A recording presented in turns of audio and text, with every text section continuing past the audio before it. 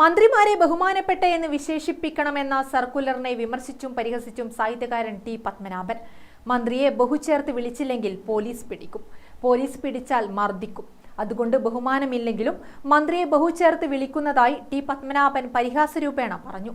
കണ്ണൂരിൽ കോൺഗ്രസ് പ്രവർത്തക സമിതി യോഗം രമേശ് ചെന്നിത്തല നയിച്ച സമൂഹ നടത്തം വാക്ക് എഗനിസ്റ്റ് ഡ്രഗ്സിന്റെ സമാപന സമ്മേളനം കണ്ണൂരിൽ ഉദ്ഘാടനം ചെയ്യുകയായിരുന്നു ടി പത്മനാഭൻ.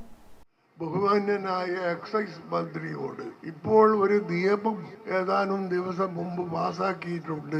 ഏത് മന്ത്രിയെയും കുറിച്ച് നമ്മൾ പറയുമ്പോൾ ബഹുമാനപ്പെട്ട എന്ന് പറഞ്ഞേ പറ്റൂ, ഇല്ലെങ്കിൽ നമ്മൾ ജയിലിൽ പോകേണ്ട. അതുകൊണ്ട് ഈ വയസ്സുകാലത്ത് 97ന്റെ പടിവാതിൽക്കലാണ് ഞാൻ നിൽക്കുന്നത്.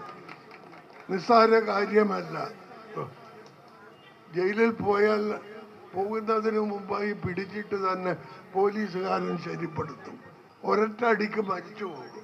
അതിനൊന്നും ഇടവരുത്താതിരിക്കാനാണ് ഞാൻ ബഹുമാനപ്പെട്ട ഒരു സ്വകാര്യം പറയാം. സത്യത്തിൽ ബഹുമാനം, സത്യം പറയണമെന്നാണല്ലോ ഗുരുനാഥന്മാരെല്ലാം പറഞ്ഞിരിക്കും.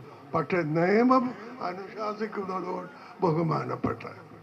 ബഹുമാനപ്പെട്ട എക്സൈസ് മന്ത്രിയോട് അത്യന്തം വിനീതരായി ആവുന്നിടത്തോളം നടുമണങ്ങി ഞാൻ അപേക്ഷിക്കുന്നു.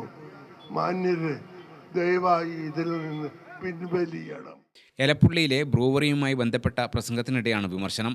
ബ്രൂവറി സ്ഥാപിക്കുന്ന ഒയാസിസ് കമ്പനിയുടെ ട്രാക്ക് റെക്കോർഡ് വളരെ മോശമാണ്.